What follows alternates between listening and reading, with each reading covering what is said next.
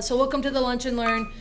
Today we're gonna dive into our topic here in a second. I just want to give you some announcements. So for those of you who were at the last main meetup, we've got 3 big announcements that's affecting the real estate. Well, actually now 4. Good Lord, big announcements. So first one is January 1st. The Louisiana Department of Insurance, Donna in his office, they approved that LA citizens can go up 63% on their policies. Most of us, if you look within your portfolio, even in your home primary, residence, if you have Louisiana citizens, be prepared. Honestly, every single insurance policy that you have, you should be prepared that it's going to go up. The question is how much. Sadly, a lot of you guys know I have the privilege of being on WWL each week on the radio. One of the worst calls I got in was a woman who lived in New Orleans, pays six something grand a year, maybe $6,200, something like that a year. At renewal, it renewed at $18,000 for her primary residence, and she's like, "How am I going to be able to afford that?" But so the insurance lady was able to work with her by raising her deductible up, which puts you at more risk, right? More exposure. She was able to get down to 13 grand. Still not great.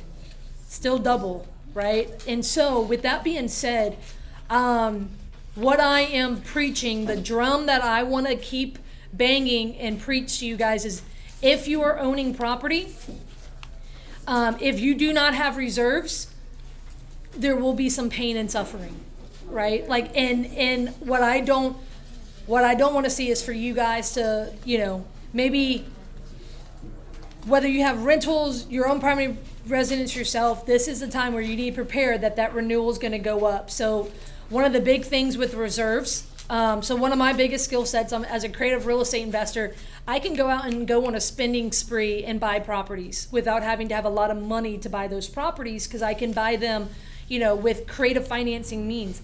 But if I don't have the proper reserves, that's going to bite me in the behind very quickly, right? So I'm talking about the reserves to be able to handle, the increased costs. So maybe you may have lower cash flow than you anticipate for a little while. Some people may have negative cash flow for a little while. And the multiple insurance people that I'm talking to, saying, "Courtney, prepare for 2 to 3 years for this to right itself." Because it's not going to be something overnight that, they're saying, hey, maybe after January 1st, some of these new insurance companies will come into the market. But it's going to be a while before, the free market to correct itself as far as that demand and those prices that we're seeing. So number one, if you're got properties, reserves. But the second part, if you're buying, if you do not know, I used to be able to say, it'd be about $2,500. Duplex I just bought in New Orleans cost it 4 different policies just to cover it correctly. And we're looking at like $8,000 to $9,000 just to cover that one, where normally I would have said maybe $3,500 with flood. Changes the game. So if you're not building that into your numbers when you're buying, or into your long-term plans of holding your portfolio, there needs to be some planned reserves. So second big thing is, earlier this year they signed a law, I think back in June, that starting January 1st of this next year, every 1 to 2 family in the state needs to have a carbon monoxide detector in it. Just my understanding is it's just one, but you need to read the actual bill itself. The reason why this is really important is, not only does it matter if you have rentals, but if you are selling a property. So if you're flipping and you're selling a property, you will need to have one in there. So if you're a licensed agent and you're representing someone, I know, so in the Covington meeting, I had Pelican Realty, who's a property manager, stand up, because they manage 300 plus rentals. They've been working very hard with this because it takes some time to get through it, right? If you've got 5 rentals, it's going to take some time. If you've got more than that, it's going to take some time. So January 1st is when that law goes into effect. So carbon monoxide.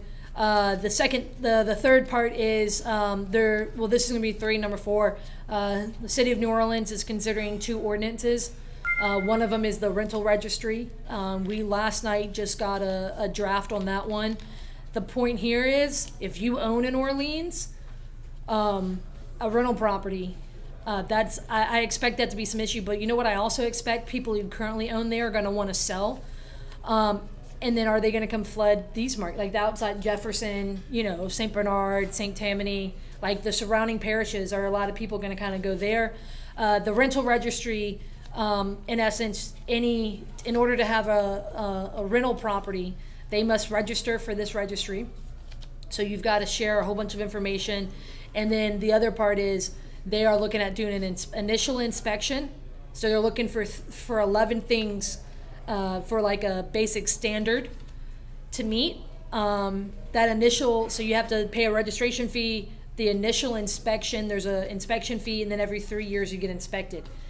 Now, the draft last night that was redlined said they're trying to eliminate 4 units only 3 units above, so singles and doubles would be exempt from it. They're trying to do that, and they're also but you would still have to register. So they're trying to work through those. The point being here is there's a whole bunch of issues that's tied to that, a whole bunch of problems that we're anticipating seeing. So I want you to just be aware of that, because number one, it could cause people to want to sell. I've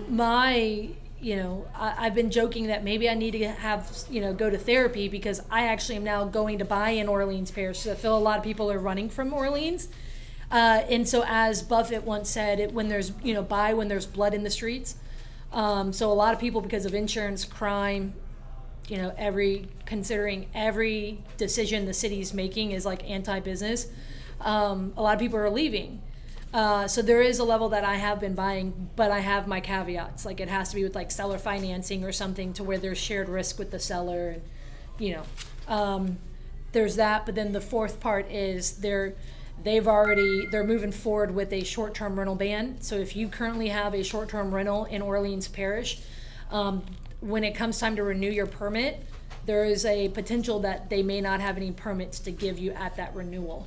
And so what I anticipate there being a problem with that is people who overpaid for a short-term rental, and they need that higher income to handle basically their expenses tied with what they bought it at. I can see some pain and suffering coming with that. Okay, Justin, you mind shutting the door for me, please? Sorry. Thank you, Justin.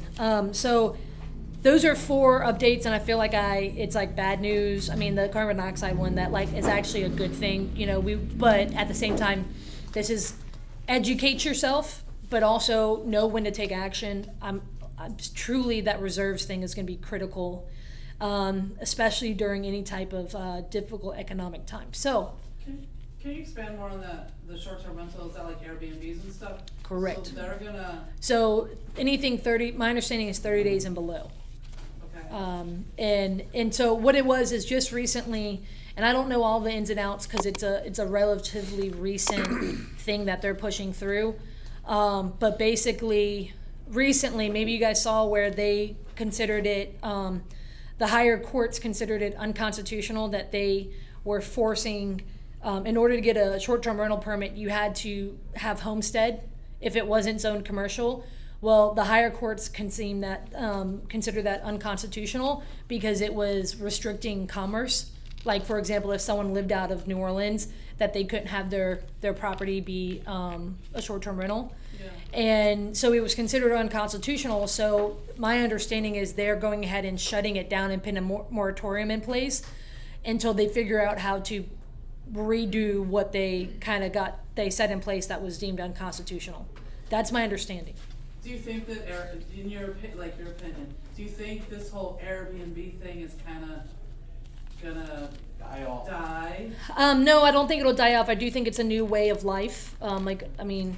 When I travel, I look for Airbnbs and things like that. Yeah. Some people love, especially I've got a big family. So when we travel, hey, you can come in and join in, man. So whenever I travel, right? How many of you guys, when you travel, do you use Airbnbs? Look, I got a big family. And so it actually is cheaper for us to do an Airbnb. Here is one of the things. I personally don't own short-term rental. Do you? Yeah. He owns short-term rental. I said, do you? But I knew the answer. So Bob owns on the coast, right? Fun fact: AirDNA came out with a list or whatever earlier this year, stating some of the top like up and coming markets. I kid you not, we were on 2 of those.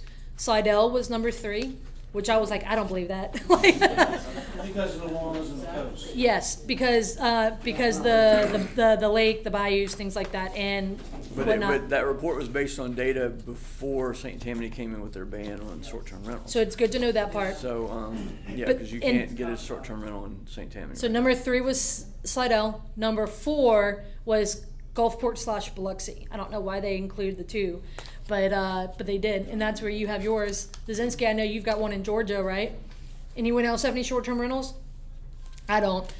Here's the thing is, I'm not opposed to it. The 30-something properties I bought in Gulfport last year, I'm considering what would it look like to turn some of those into that. Yeah. But as he mentioned, St. Tammany just put, they just started to implement some sort of ban on short-term rentals.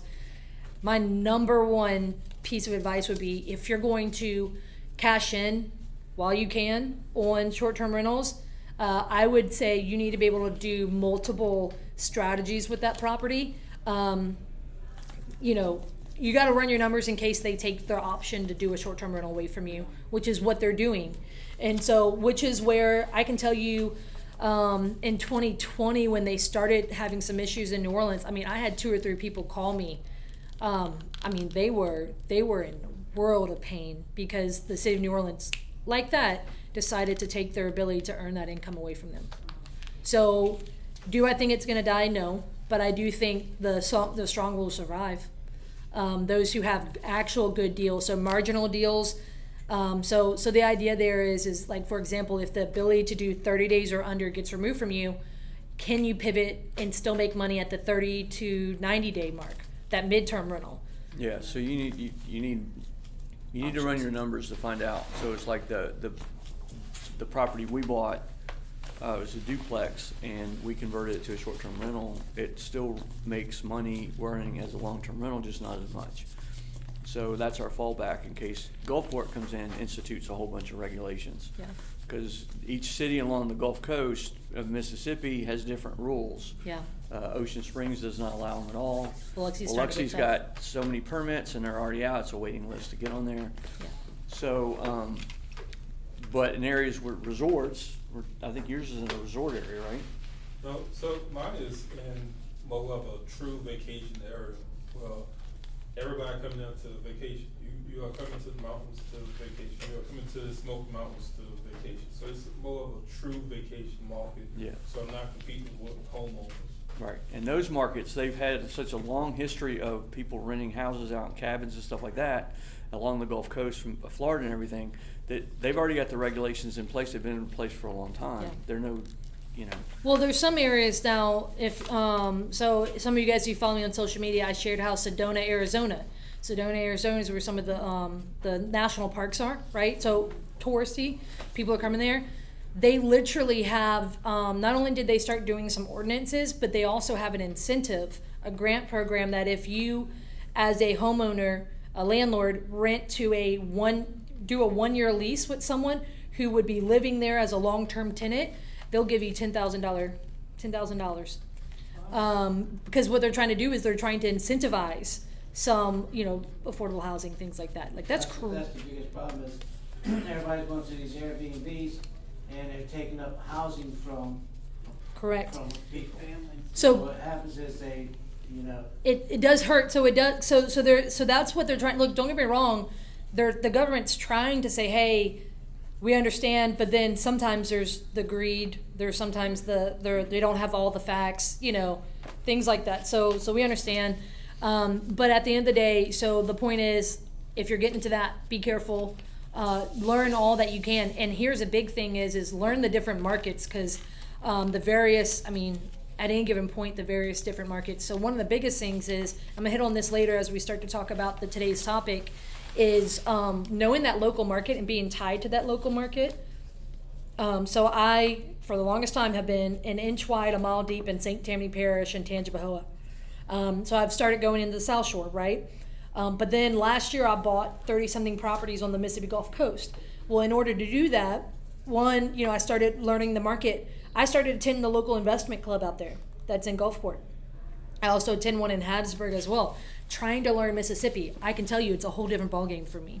Having rentals out there, I mean, you have rentals in 3 states, so learning from the different markets, because it's just, real estate has a lot that's over, the overarching concept is same, but each state might have a different, flavor to it, I guess you could say. But one last announcement here. So these monthly meetups, we've got a handful of them. Generally speaking, they're free to attend, other than when we do use side rooms of restaurants like this. We do ask that if you order food, please cover your own tab. But then the other part to it is we do have a handful of sponsors. Our main sponsors cards over here. We've got Fleur de Lis Law and Title. They can handle real estate transactions. Then we've got Pelican Realty, who's a property management company. We've got Bob Norton, who is a real estate specific CPA and accountant. So their cards over there. But the idea here is these meetups, we've got a few of them. The November Maine Covington meeting. So this is one of our ancillary meetings, the Lunch and Learn Inside Out. Our main meeting that's in Covington. The next one is going to be November 8th. All right, Tuesday, November 8th. And that's one that we do from 6:30 to 8:30 at night. And that's our main meeting where we have an education topic and networking. That main meeting, the topic we're going to be doing is we're going to do a lender panel. And a lot of you guys know interest rates are going up. The lending game is changing like this. I personally know lenders who were, given notice that they were fired. There's a lot of layoffs happening in the lending world. Lending is changing by the day. November 2nd, the Fed's going to have their next meeting. We're anticipating, the markets right now are betting on how much it's going to go up. Is it going to be, 3/4 of a basis point? Is it going to be, 50 basis points? What is it going to be? So the reality here is I'm going to do a panel with lenders. Hey, what are you seeing? What products are working? What products are not working? How are you helping your clients? Like various things, because I know right now that is what has everyone on the sideline kind of saying, hey, they're worried about that, the money part right now. So, and the cost of money. So November 8th, we're going to do a lender panel in this changing market. And so more around the first of the month is when we put out all the meetups for the month. So with that being said, let's go ahead. So today's topic, we're going to talk about, for the Lunch and Learn, we're going to talk about building your real estate team. At the end of the day, every single deal that I've done over nearly the last decade has included more people than just myself. You cannot do one single deal by yourself. So that real estate truly is a team sport. And so we're going to kind of talk through some of those principles. So Bob, what are some of your thoughts on real estate as a team sport? Well, there's a lot of moving parts in a real estate deal, and you need to pull on expertise from a lot of different people. And the key thing is you want to develop a team that has that's expertise, people you can trust, people you know that you can go to and that you can count on when you're doing a deal. And some deals that we do move really fast, where something will come up and we're closing 2 or 3 days later. You need to be able to call on people and be able to get answers really quick. Insurance is a key thing. If you need to know what the insurance is, you need to be able to call somebody, and then they will work their best to get you something really quick, as an example. So, and there's a whole slew, depending on what kind of business you're in, whether you're a wholesaler, a landlord, or a flipper, your team's going to be different. And it could be that, if you're a landlord or a flipper, a wholesaler might be a part of your team because you're going to need them for new properties coming in. A flipper could be a part of the team for a landlord because landlords are wanting to buy and hold properties, so they might be a natural fit there. But then you also have all the services you need. So, title is a key one because, we do some really creative stuff. Not all the title companies understand it. Yeah. So, Courtney's been teaching Fleur de Lis. Well, no, collaborating with them because they're like, hey, we want to serve investor clients, but wholesale deals and then buying houses subject to or doing various creative deals. They're like, look, we understand them from the law book side, but that doesn't help on the practitioner side, right? And so there's a part there too. It's collaborating to help your team member, whoever that team member is, serve you well in what you're doing, right? Help them help you. There's plenty of relationships I have like that where I'm trying to help them help me, or help them help other investors. So one of the big things here, so we're going to kind of go through some of these key team member roles, and then we're also going to talk through still some principles. So whenever you're buying a property, there's going to be pretty much six roles, and this is not all inclusive. I kind of brainstormed some ideas with him. So whenever you're buying a property, whether that's to flip it, to wholesale it, to, keep it as a rental, whatever that may be, even to develop it, whatever. So you're going to have, first of all, it's how you find the deal. So what are some ways that you find deal, and who are the team members on that team? So most of my recent deals I've been getting through wholesalers. Can you explain what that is? So a wholesaler is a person who markets to look for properties for sale, gets it under contract, and then they assign they sell the contract to a person who wants to buy the property. So I'm mainly buying whole, so I'm looking for properties to buy and hold. And so I get on every wholesaler's list, and I get emails and phone calls and everything all the time. And then I actively buy properties from them. So another way is through a realtor.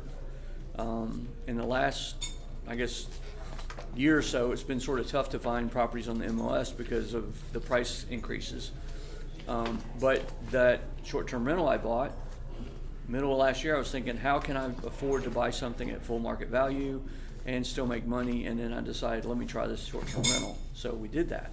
So I bought that with a realtor, off the MLS. So those are the two ways that I find deals. And then, I'm not, if I were a wholesaler, I'd be marketing directly to sellers. So I could do that, but I haven't done that for years.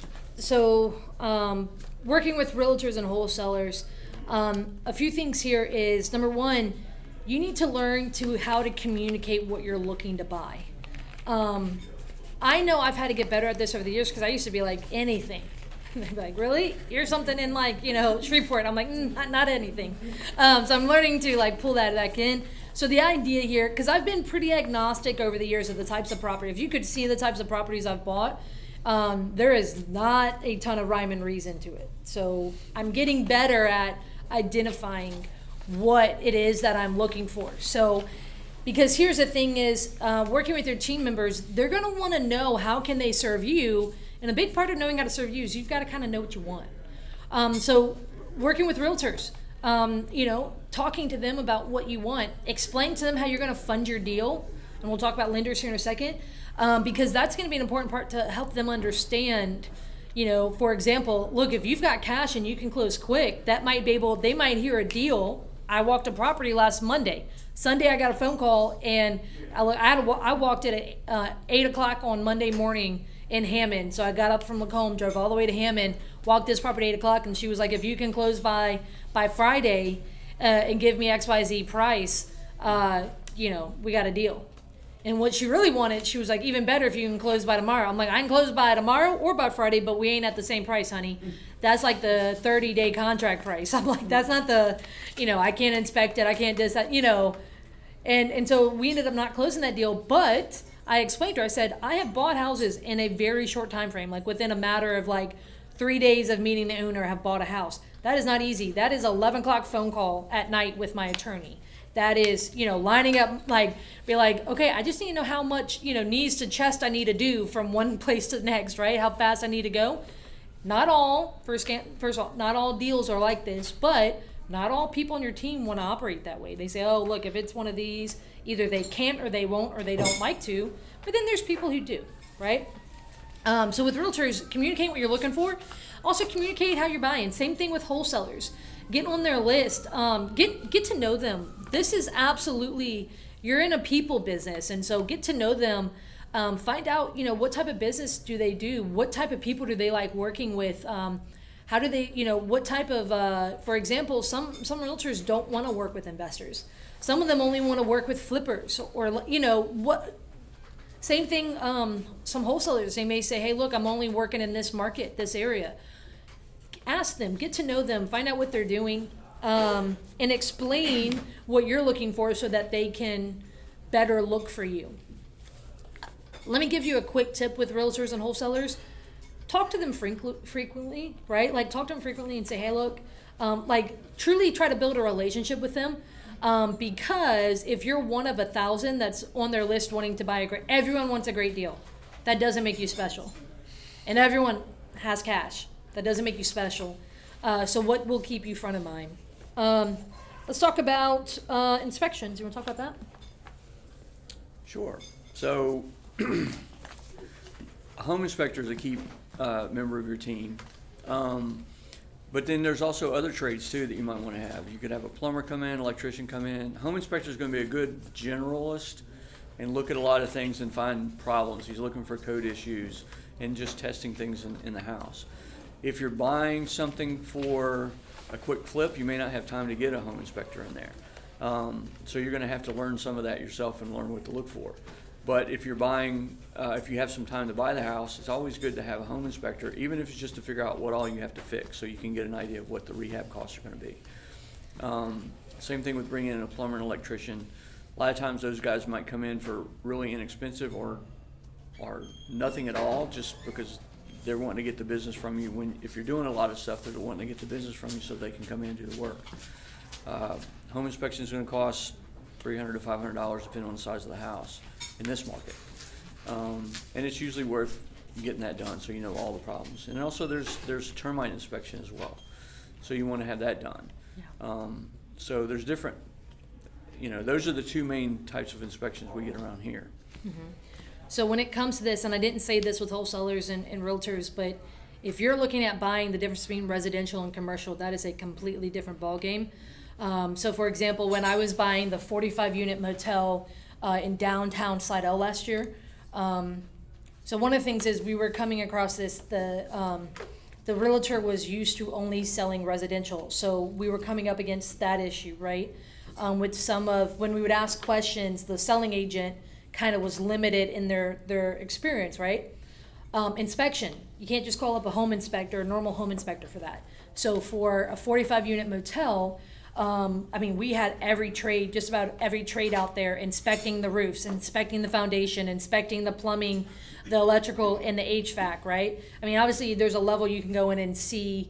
One of them was a general contractor as well, so we said, hey, let's talk through, because we were working through our budget numbers for the rehab on the inside. That was one that we ended up not closing on, but that was a huge part of our inspection, right? Is getting those different ones. But going to a house, if you're buying a normal 3-bedroom, 2-bath house, getting all those trades out there, it can be excessive also, but some people may prefer it, right? I recommend in beginning investors, spend the money, the $300 to $500, get a home inspector to your first handful. And here's the thing, they can take anywhere from 2 to 4 hours. Don't go bug them, but say, do you mind if I just watch? What you look for, how you're doing, how do they pick apart the house, right? I did that numerous times. That was one of the number one things I think a lot of investors are scared of. And so when it's not a strong point of yours, hire that third party and then try to learn. Honestly, I've hired different inspectors to learn how they look at things differently. And some of them are going to be like, I'm going to charge you extra if you're going to stay. And there's a level that if they're really good, I'd be like, done. Right? Like, how much? Done. Right? Because I'd want to learn. But know that there's a difference between an inspection for commercial and residential. That termite inspection, if I walk a house, I'm now to the point where I don't necessarily I don't like saying this because some people are going to say, oh, that's the rule of thumb. I cannot tell you last time I paid for a home inspection. But at this point, I've probably walked a few thousand houses at this point. That motel, we ended up not buying. That house on Monday, look, so there's a lot that I've walked that it didn't end up working out. And a good bit that did. But here's the thing is when I find certain things, I then look for who else on my team do I need to call in. All right, we walk the house, we see some termite history. Great, I'm going to call for a termite inspection. Right? Foundation issue. I'm going to call my foundation guy to come give me a quote. Right? Depending on the situation. Right?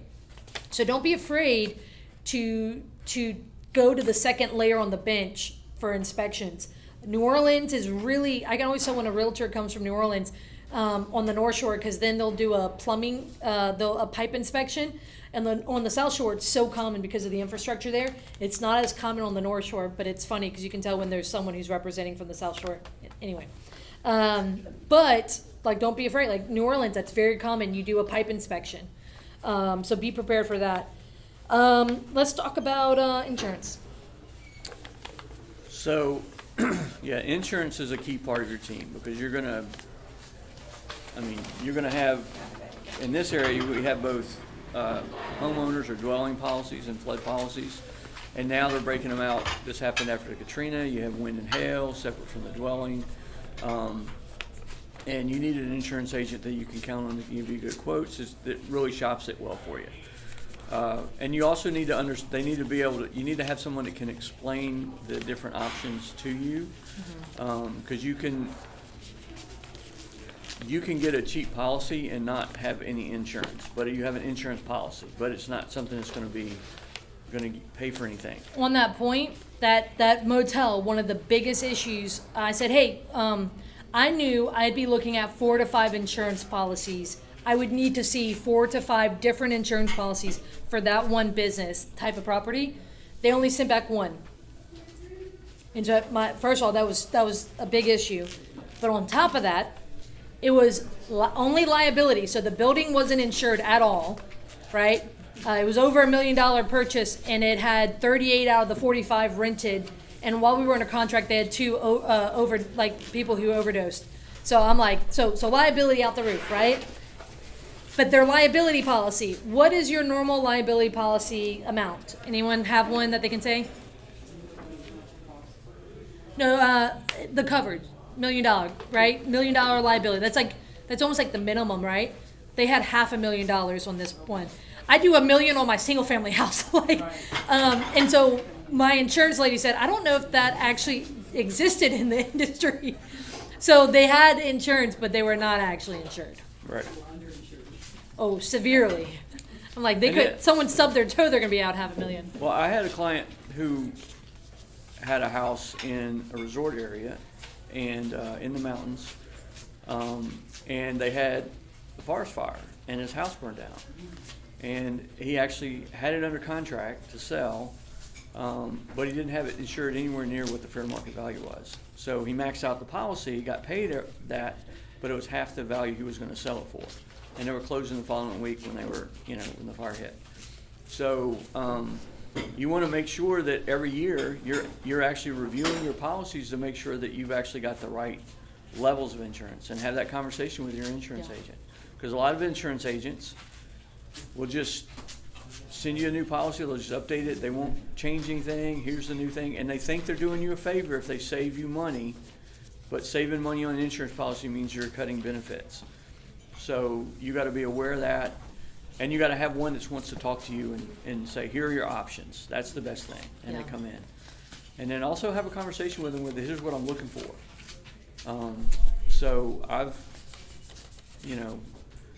made a mistake early on getting an inexpensive insurance policy and then having to file a claim and find out that I didn't have the coverage I thought.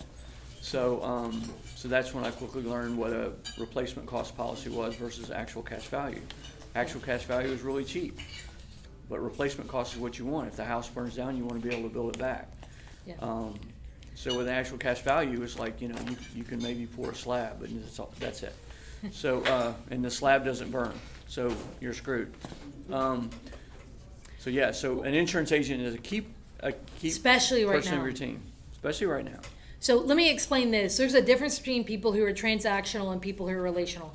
Transactional people, let's just call them check collectors, right? Like, I'm here, paper pusher, I'm gonna collect the check, I'm gonna do the bare minimum, but they're not really trying to be a relational and solve the problem and custom fit it to you. Idea of a good server, right? Let's just take a restaurant server. We're here in this restaurant. You know the difference between the one who just comes in and does the bare minimum, and then they're just being transactional. You're gonna order some food. I've gotta get it to you. That's one thing. But then the ones that go above and beyond. We love Kelly for this, right? They're gonna go above and beyond. That is the same thing in all of your relationships. I'm not saying someone needs to go above and beyond and do extra, but I'm saying it's how are they showing up? And so with an insurance person right now, one of the number one things you need is someone who is solutions based. This morning, I had a property I bought 3 weeks ago in Slidell, and I got a notice yesterday that they were canceling my policy due to overall condition. The tenant moved out on Sunday. I literally am spending $1,500 to get it ready to go to the market to sell. This is probably one of my better houses as far as when a tenant leaves, it wasn't that horrible. So then we sent that to the insurance lady last night. This morning, I was there at the property, meeting some of the people to get it ready so we can go to the market next week. And I took some photos, sent it to the agent. I was like, I promise you this is a pretty one. And all my houses we're doing the work, but and I know, we may have some issues because maybe a tenant or something that we're working through or whatever. But, and I'm like, I promise you, this is one of the nicer houses I bought where it was in good condition when I bought it. It's not like one that I'm having to rehab just quite yet. Stuff like that. And what it ended up being was that they came back and they said, well, it said it's 5 acres. And I said, there's no way this is 5 acres. This is less than an acre. We just bought it. It said it and so I said, okay, what do you need me to send over? So we're problem solving today, right? Does that make sense? So they're like straight up just saying they're canceling. They didn't say you rectify this or anything, because that's also been the situation where they're telling me, if you don't rectify XYZ, we're going to drop you in 30 days. And they give me a deadline. I just recently had to do that with some siding on a property. They inspected a property. They said, hey, if you don't go do XYZ by this date, 30, 45 days from then, we're going to drop you. They didn't even get that. They just dropped us. So what is my insurance lady doing right now? She found out the exact reason, because overall condition. I'm like, it's pretty on the outside. I know they didn't go in. I didn't give anyone the lockbox code or show anyone the property. So I'm like, it ain't ugly or messed up on the outside. So what's more going on? What I need is a problem solver, because in this insurance situation we're going on right now, I need someone who can critically think. And then on top of that, you got to communicate with them. If you guys don't know this, if your property is vacant for over 30 days, you need to notify your insurance. Right? So that's not easy, right? Because if you're not properly insured, they're actually going to go ahead and, so for example, say you had a fire, they would go ahead and they would say that you're not properly insured if you don't have a vacancy policy or something along those lines. And so a huge part here is that at the end of the day, that relationship is critical. On the radio, I was beating this drum for a long time. So when the price of everything, lumber, everything was going high, and like the cost and the values of homes was appreciating over the last 2 years, I was like, go check your insurance policy. Go make sure that you're not insured for, say, $100,000 for a house that's now worth $185,000. This guy was on there. You see what I'm saying? So those things are huge. But that relationship right now is probably one of my most critical relationships, just to be able to weather this insurance storm. And so the lady I worked with, she did 20 years of working underwriting, so the back house part of underwriting insurance policies, and now she's working sales, so she knows how they think in the back, right? And so she's like, all right, well, because they're thinking like this, okay, let's just do this. So next one, let's talk about title company. Yeah, title company is essential in Louisiana, because that's how we transfer the properties. Now, you can do things on your own, but then if you mess up the paperwork, now you have a cloud on the title and you can't sell legal it. ramifications too. So title company is key. If you're doing just a simple purchase, pretty much any title company can do that. So that's 90% So of using the stuff cash out or there. a loan, like a traditional loan, conventional Traditional loan. stuff. But if you're doing something really creative, you need a title company that's familiar with that. So finding the right title company is key. There's several of them that I use here. Florida Lee is great for doing stuff, because Courtney's been working with them. And the guys all over there are enthusiastic and really want to do a great job.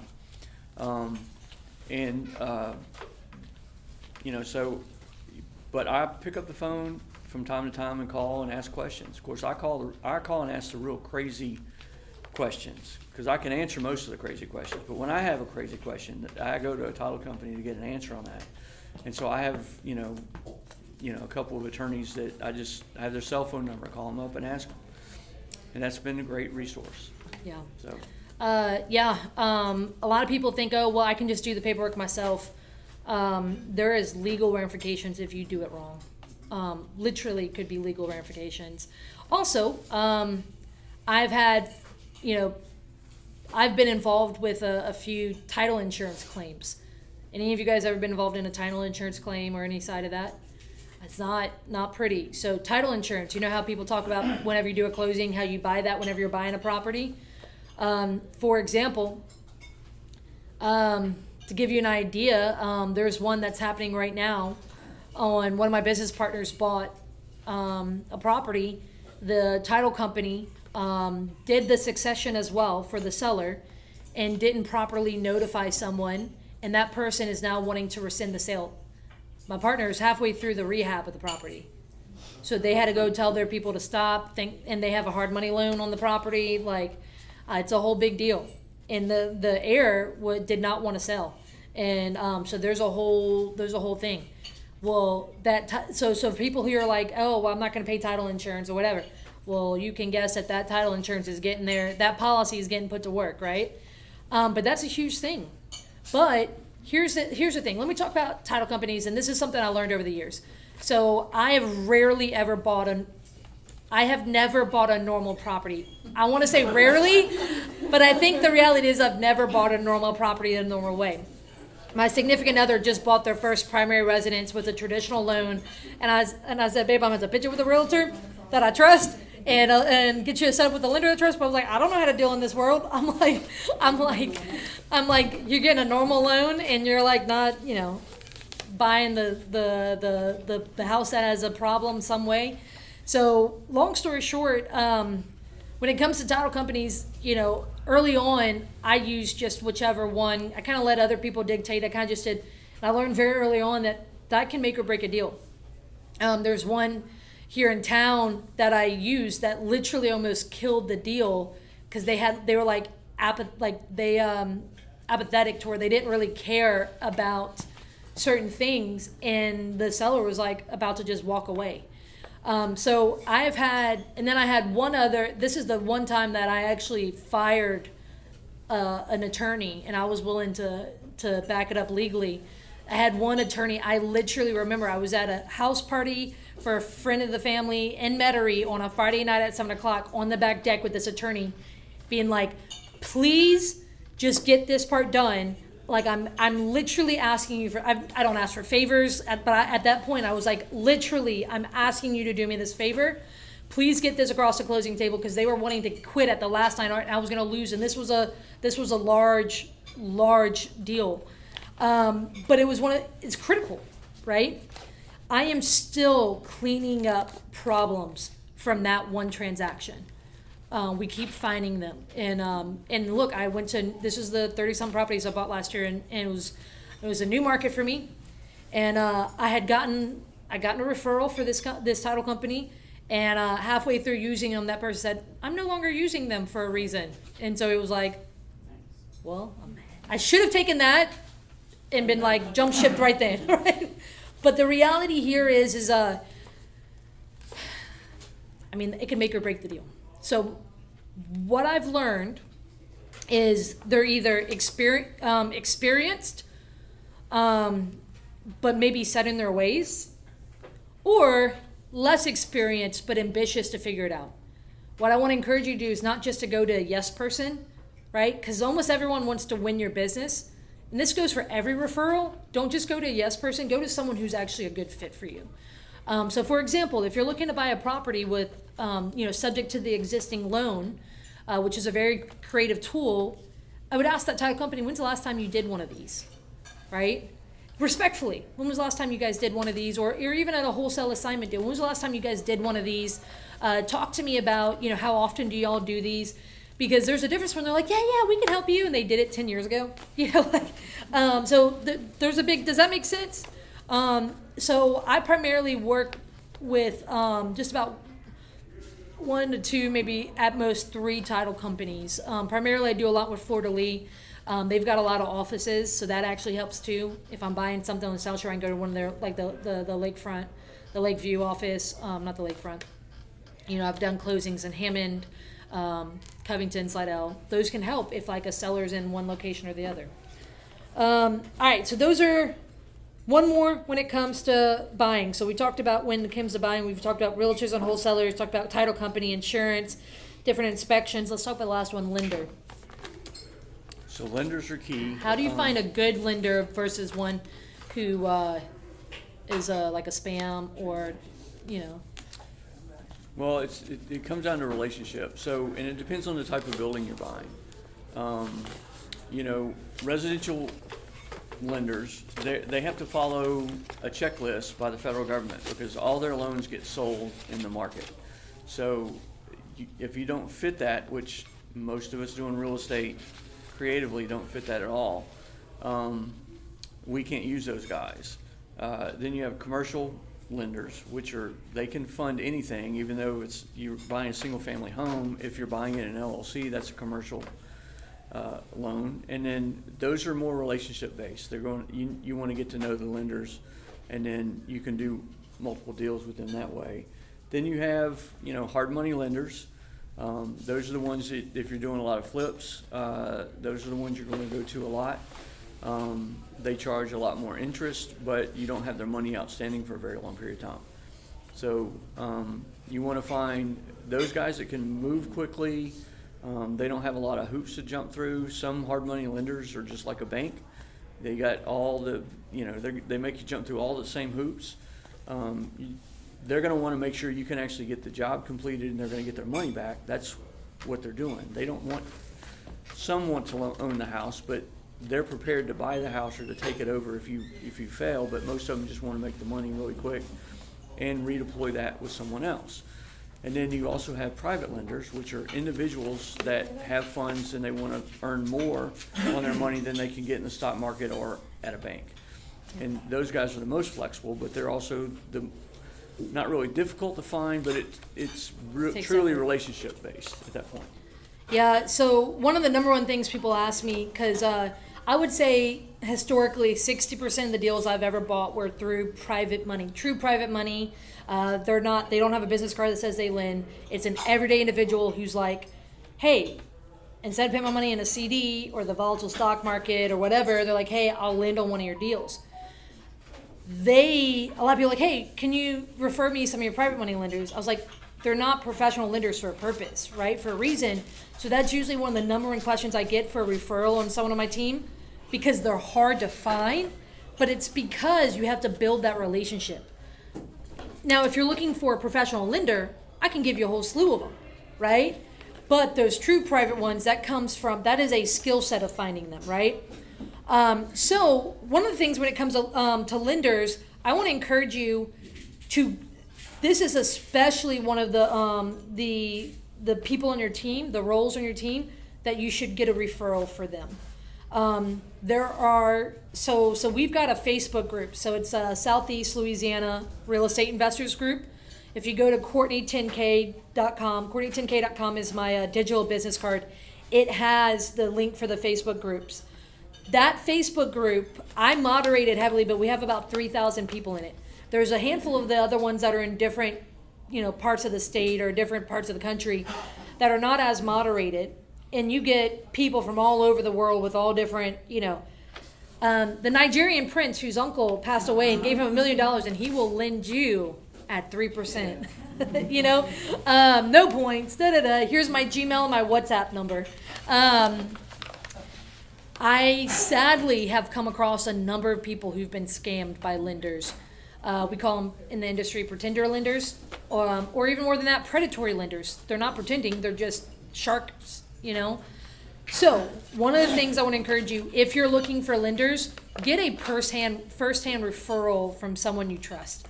Because this is where I've seen most people fall prey to not a good team member. All right. And so when it comes to lenders, understand you're going to have, this is one, can you share about licenses in the different states? Because this also applies to actually insurance, inspectors, title companies, and realtors. So yeah, sure. So as you guys know, there's different licenses. Realtors have licenses, insurance agents have licenses.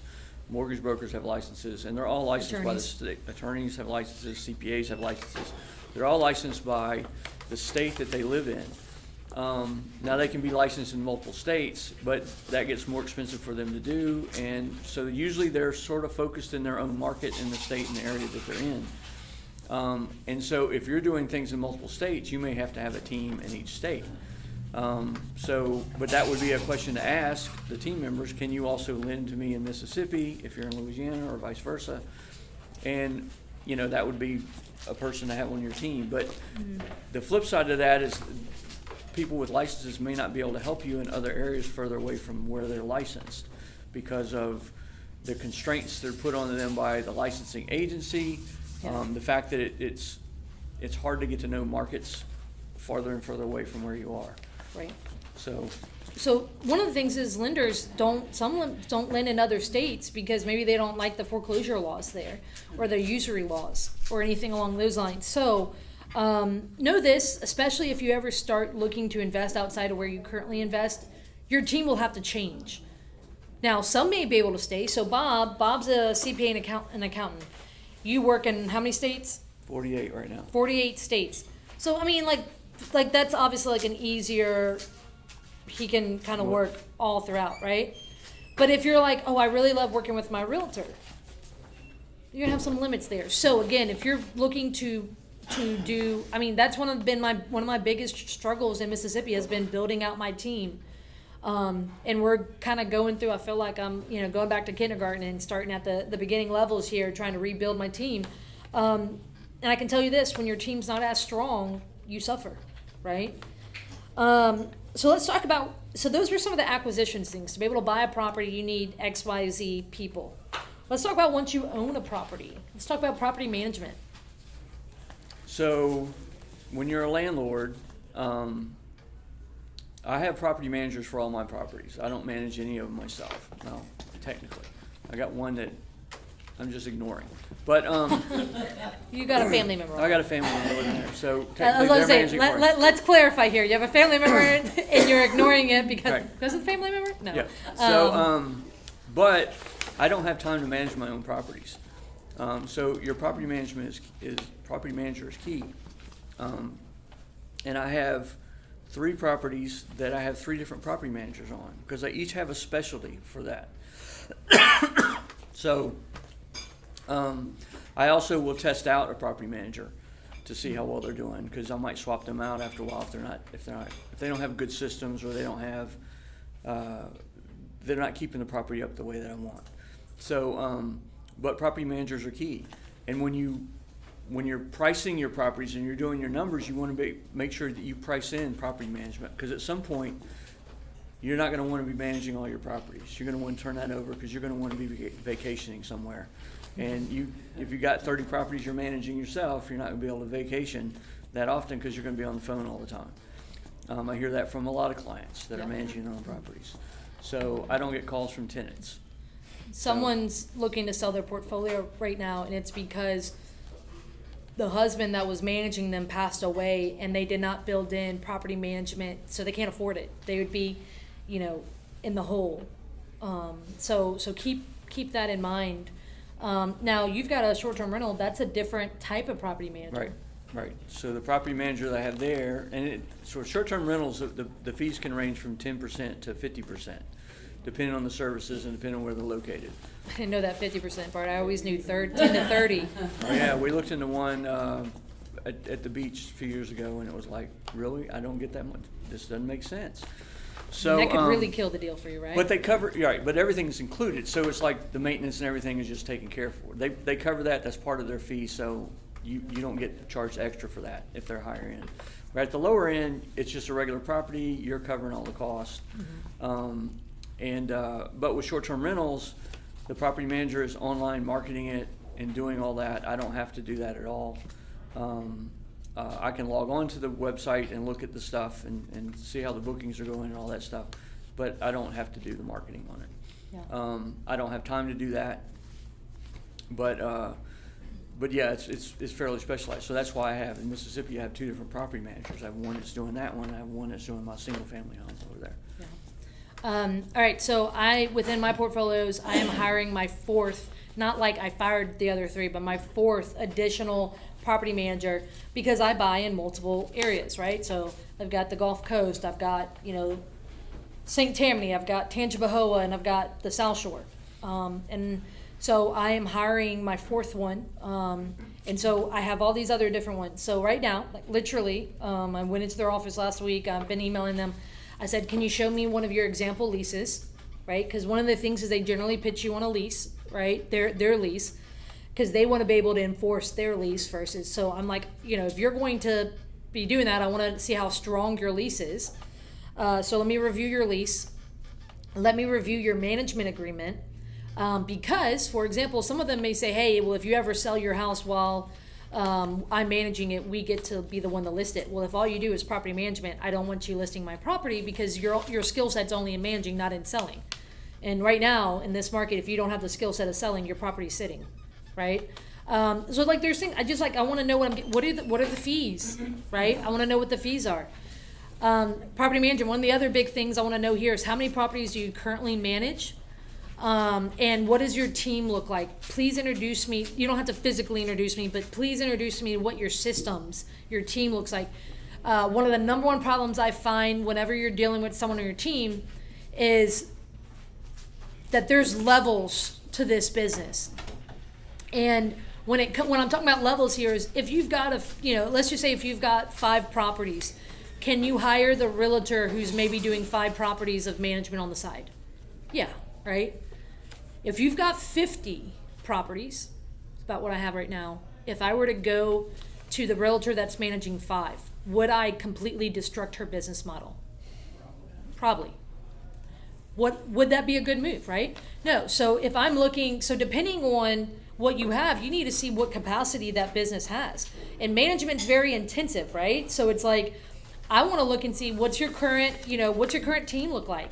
Because if it's just one person who's answering the phone calls, getting the contractors, or maybe swinging the hammers themselves, or doing the showings, I'm concerned, right? Depending on what that looks like. So probably one of the number one issues I have found is that owner operator role, because depending on growth, that's where you get the squeeze. I remember when I was on a board of directors for a condo. We had here in Slidell, we had a management company that was coming and doing it. And so we had to interview them. They were great in the interview and all that. And I asked them about their team. And they had this team, but then I kept seeing the owner coming out and changing light bulbs. And I'm like, what happened to the team you told me about? So there is a level you need to inspect what you expect. You don't need to micromanage. And some property managers will fire you if you're micromanaging them. But you need to understand what the relationship looks like, right? Everyone on your team, there's probably going to be some level that they're not going to meet all your expectations, but they need to meet enough. And they need to meet the right ones. So property management is key here. I personally don't self-manage. There's one that I self-manage. It's because she's almost 80 and never calls me, right? And it's as easy as can be. So there's a level there. But here's the reality is if you plan on owning properties, that you need to build in, like he said, the expense for it, because if you think of your team as a bus, okay? And in the beginning, it's like you get up one day and you sit in this seat, you get up one day and you sit in this seat, and the same day you might sit in 7 of those same seats because maybe you managed a rehab instead of doing a project manager or general contractor. You did your bookkeeping, right? And then you got up and you went and looked for properties instead of hiring a realtor. You know what I mean? Like, you're getting up and sitting in the different seats. So again, if you're sitting in a seat, you should compensate yourself for it, because in the future, if property management, if you don't compensate yourself for the work you're doing, like the guy who passed away, their family now can't afford to hire a property manager because they never really anticipated for it. So that should be the rule of thumb for all of the seats on your team. So for example, if you're currently doing your own bookkeeping, especially if you have ambitious goals, or if you want to retire, or if you have a pulse where you could, for example, people who got one of my business partners, threw me off about it, but the house I was telling you guys about earlier where I foreclosed on a property last year and it was so chaotic. I brought on a partner during that one and he got double pneumonia and was in ICU for a while. And he eventually, sadly, this was one of my mentors. I said, hey, come jump on this deal with me because I've never really thanked you. And so he joined me on this deal, and I sadly had to give his wife our profit check at his funeral. He was completely out of the picture for like the second portion of that deal. He's human, right? His wife loved her to death. He'd been my mentor for a handful of years. His wife's, we've talked pretty consistently. His wife did not know his real estate business very well. And he was the only one out there doing all these things. So we're now trying to, like, you know, right, especially after he passed, we were trying to make sense of all the stuff going on with his rental property, right? Rental properties, everything, right? Because his team was very small. It was mostly him, right? So keep those things in mind. So property management's huge. I want to briefly touch project management. So if you're flipping, again, if you're doing it yourself, but if you're looking to do, so my friend Dominique Gunderson, she did 45 deals before she turned 19. She currently, we just had lunch last week. She's in New Orleans. She flips in New Orleans, mostly on the West Bank, mostly $200,000 and below properties. She has 6 rehabs going on right now. She lives in Colorado Springs. Colorado Springs, which I need to connect them. She lives in Colorado Springs. Her and her husband came in town to come check on their projects. Do you think she, managing from afar, 6 projects any given time, 3 of them, 6 actual rehabs, 3 on the market, 2 that she was buying type of thing. Do you think how critical her team is, right? She's got a project manager, right? She has to have people who are going by, making sure the projects have the supplies they need, or that quality control, they're moved along the process that they are.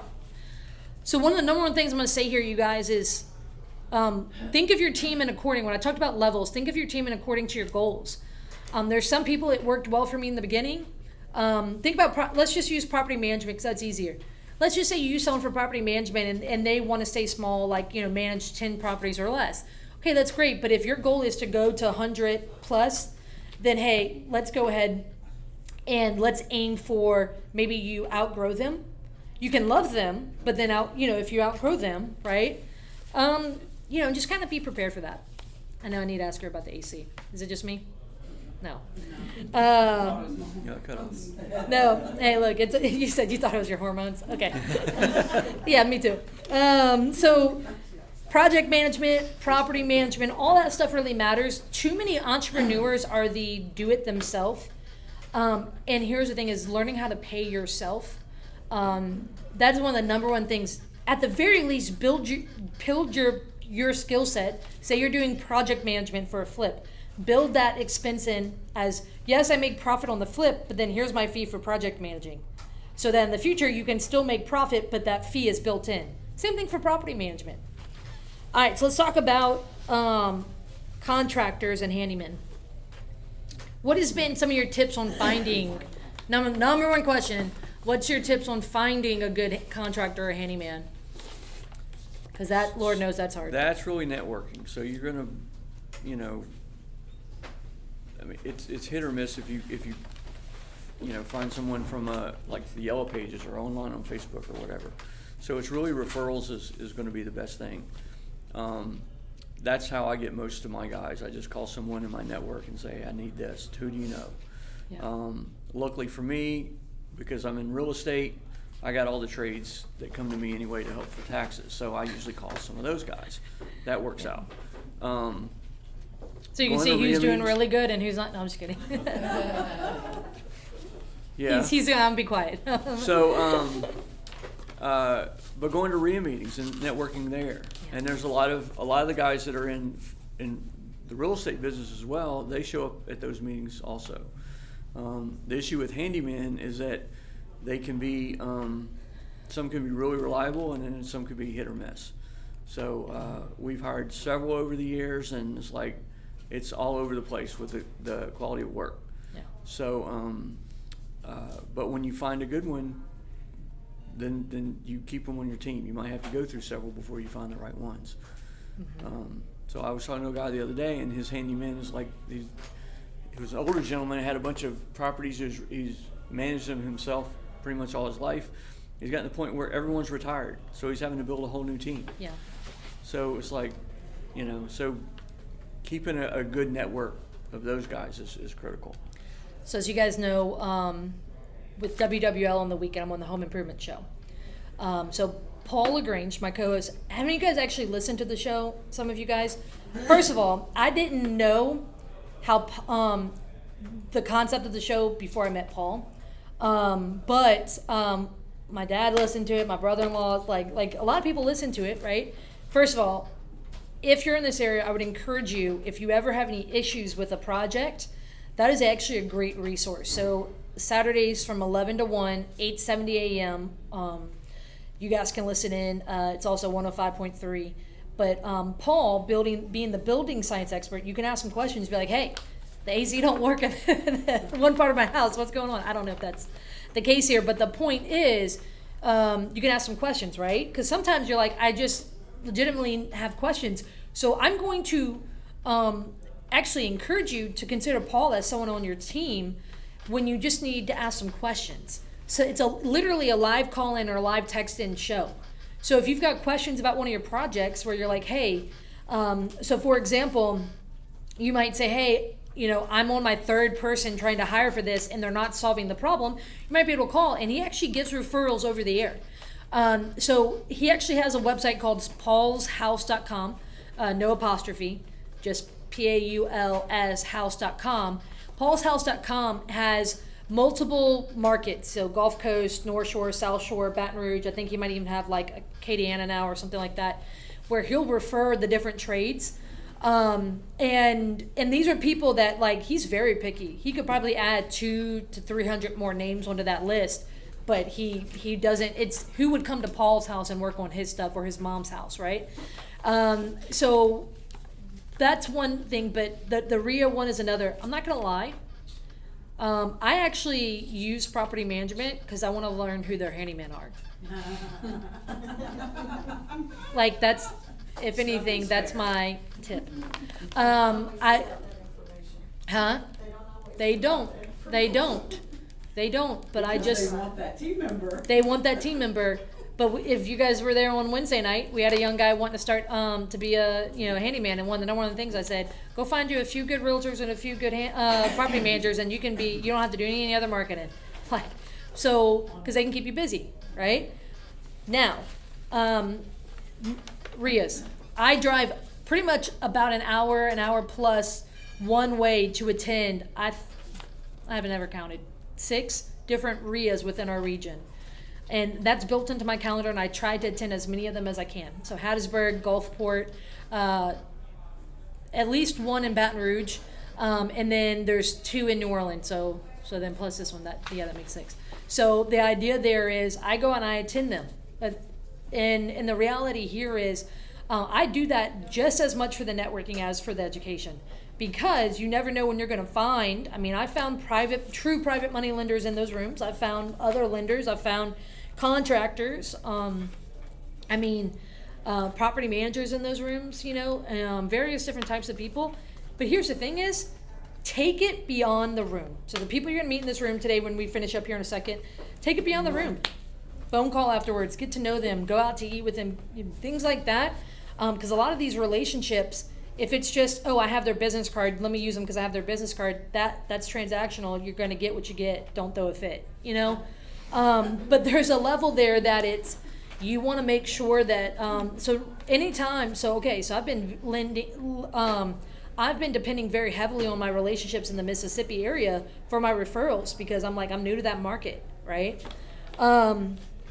I literally went to lunch last week and I spent the day in Gulfport because we were going to do some stuff, and I literally took someone out there to lunch, and I said, man, broker, works with the REIA out there, all this stuff. I said, man, hey, we're needing these handful of connections. I was like, look, lunch on me, you pick. And it was like half shell oysters. I was like, fine, let's go. I need some of these referrals. But a lot of people who are an island, obviously if you guys are here today, but people become an island, then you're just forced to good luck, go find them yourself. Some of the best team members I have came from referrals. Actually, 99% of my team members came from referrals because I want to know so I go find who's doing what I want to do, and I tell them, hey, who to use, and then I pay that price, right? So here's another principle is don't try to gyp your team members, because team members will stay where they're respected, right? Meaning, pay them well and pay them what they're worth, right? So for example, like you'll get this with like handymen, you'll get this with various people, especially the labor trades right now. This is a huge part of it. I'm like, especially if they get to me very quickly and they help me when I'm in a bind, I make sure they know that I appreciate that with like a tip or whatever, right?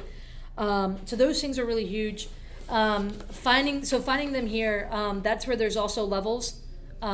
There's some things that you can use a handyman on that you shouldn't use. Like you can't even get a contractor to come give you quotes on these things, right?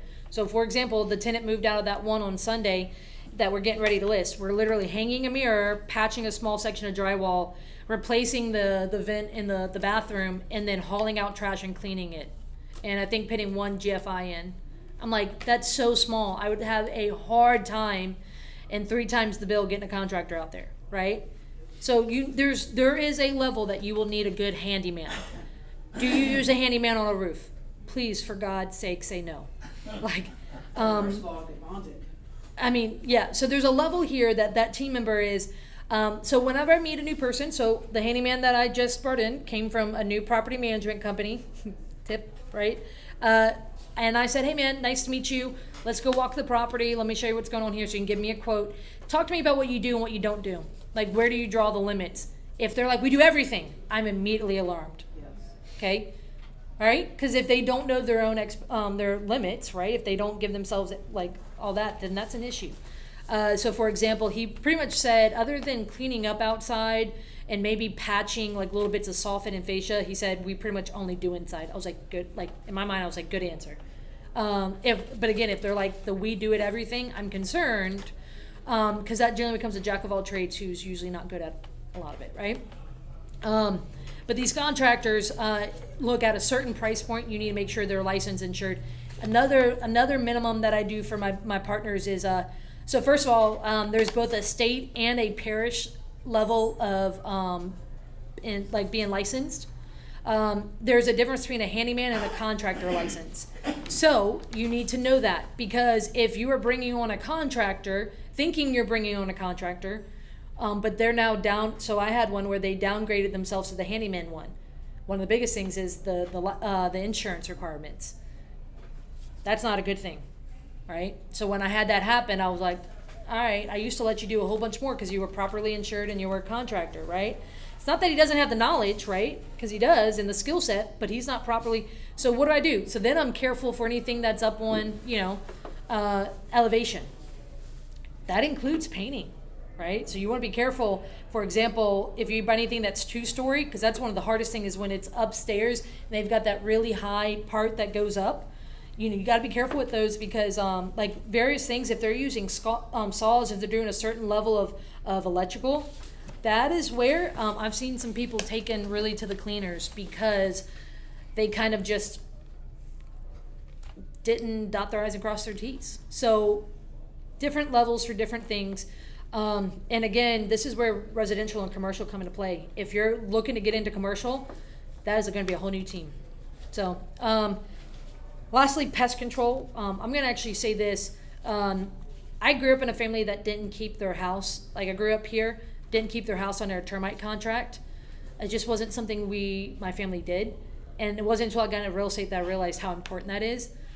If you have rentals, I highly recommend that you have a good person that not only can help you inspect when you go to buy, but I would encourage you to do your own research and put your properties on termite contracts while you own them, because we're in such a moist climate. Young houses, old houses, ugly, pretty, whatever, I've seen termites in them all. You would croak at some of the photos I could show you. Actually, my second deal ever, there was a hole this big in the wall, like the size of a small plate, to do the, there was some termite damage. And the guy was like, yeah, we bombed it, we did this thing, we sprayed the stuff, whatnot. That second project, I had to do 3 of the exterior walls and some of the trusses in that house. It doubled my budget.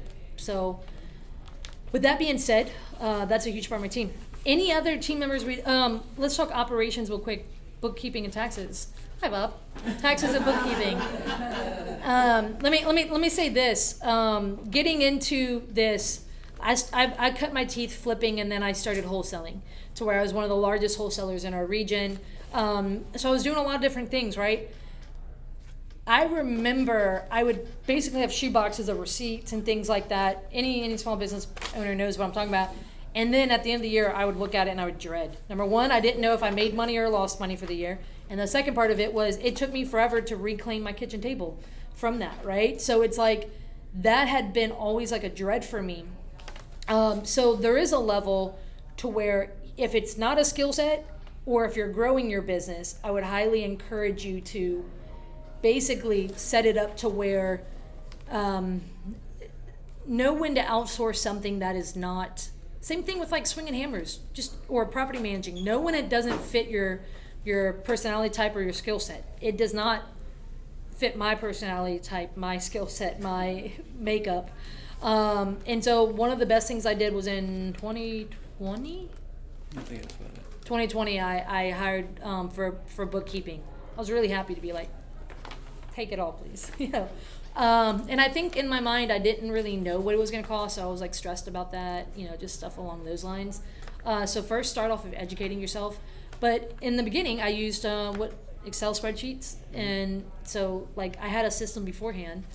The problem is don't let your lack of knowing either how to do it or not having the money turn you into just not doing it. Okay, same thing for tax preparation. I always joke and say that, Bob, I think you were my 5th or my 6th tax prepper, and I fired all the 5 beforehand. One of them was myself with TurboTax. So because not only was I flipping and wholesaling, but then I started buying properties in all these creative ways, and it was a I mean, how do you I don't even know how to don't know how to input that to Uncle Sam to where I'm staying above board. So with that being said, when I found Bob, and we've been together for a few years now, it was really helpful because one, he helped me when I was and as I've grown over the years. So he's helped me through the growth because there was definitely growing pains with that between bookkeeping and then the tax part. There's a level there that one of the most common issues I see with investors is, for example, they'll go sell something and then they don't realize that that's going to cause them a very big tax ramification. And then at the end of the year, they don't know if they made money or if they, things like that. So you want to explain some thoughts on that? Because you get to see it all the time. Right. So real estate is really complicated when it comes to the tax side of it. And what that means is most tax preparers and CPAs don't focus on that. I remember years ago when I started my CPA career, I was already interested in real estate, and I said, well, let me go and just study the code that focuses just on real estate because I want to get really good at it. And I was working for a place that had this huge reference library. I went to the index and I looked up real estate, and it's through the whole code. There is no single code for real estate. It's in every single bit of the code. So it's so vast that it's hard for a lot of people to learn that. And if they don't have a lot of clients that are dealing in that, they don't know all the rules. So a lot of the people that I get come to me after they've started investing themselves and they were doing TurboTax. When you have a W-2 job, your tax return is simple. If you start having a little side gig, it gets a little more complicated. But when you get into real estate, it gets completely complicated because there's depreciation, there's different ways you have to capitalize things, what can you write off, what can you not write off, and doing the more complex deals and how. And then when you do deals like Courtney does, it's like she probably approached some people and said, I'm doing this, and they look at her and says, I don't even think that's legal. Can you do that? It's like, well, yeah, it's just a deal, but you're right. How do you present that to the IRS, and how do you put that in the tax return? So I started out doing real estate first, and I was already I'd been in accounting for a while, and I was interested in real estate, and so I realized that I had a knack for the tax side of it, and fell in love with that. So that was a natural niche for me. But people come, almost everyone that comes to me comes with almost the same problem every time. They have if they've set up any entities, they've set them all up wrong. They bought properties in the wrong types of entities. That was me. Both of what he just said. And it takes it's not like, oh well, let's just change the names on stuff. I had someone ask me that question the other day. So no, you can't just do that. So it takes some time and it takes planning to actually correct some of that stuff. But once you understand the basics, it gets easier when you're out there making decisions. And then you also would have, if you're working with me, you also can contact me and say, hey, I'm getting ready to do this. Is there anything I need to be aware of? And then, I'll shoot you a text back or an email, or we'll have a conversation. And then you'll have a better idea of what the decision needs to be. So one of my biggest issues was I confused most of my tax preppers. And the same thing also too with the title companies and a few other people, when something as simple as wholesaling actually confused some of them, right? And then when you get beyond that, hey, I bought only 50% ownership in a deal, or whatever, that they can think what the heck are you talking about? So again, build your team according to your goals, the types of deals you're wanting to do. For example, property management.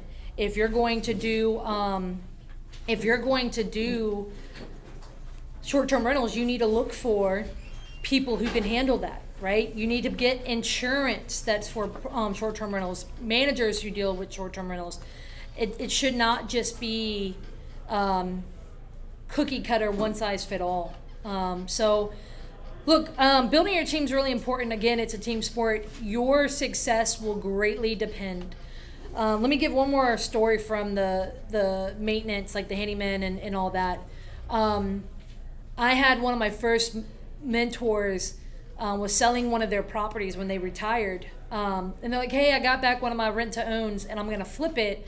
But Courtney, I'll sell it to you so you can do this deal. And I said, oh, thank you. And I ran the numbers. I was like, I can't make those numbers work. And they're like, what? And so then when we went over it, it was because they would hire kind of less qualified people, guys from church to come and paint, things like that. And they were very heavy in the project management themselves. And I was like, I'm not going to do that. So I could not replicate their numbers. So they just took it themselves and did it themselves, that deal. But one of the biggest things I've learned is the trades you use for a new construction or like a higher end flip are going to be very different than the trades you use for like rentals and stuff like that.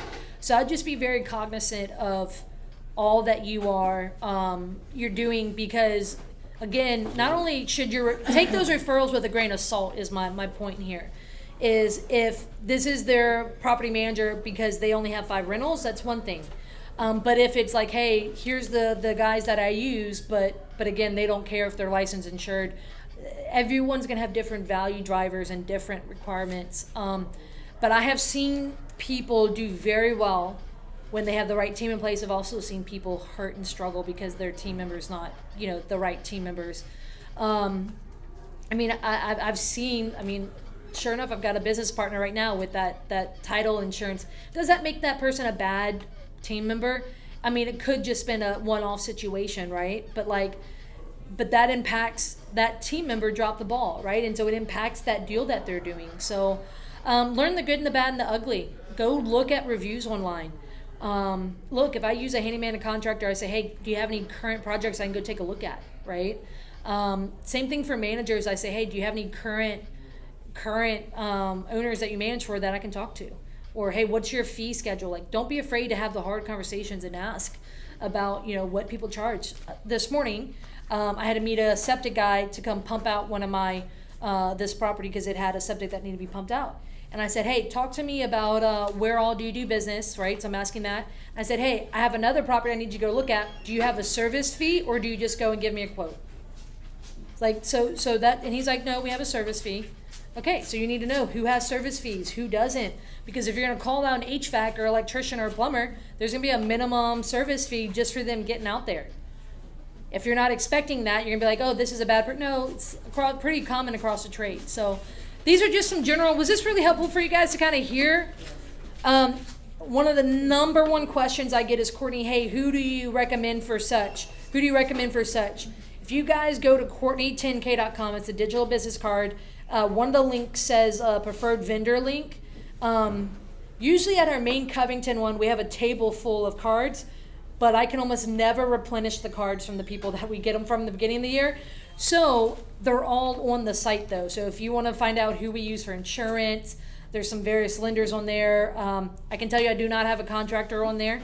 That one's been a hard one. I gave someone probably about 20 to 30 projects, and I can't get them to pick up my phone.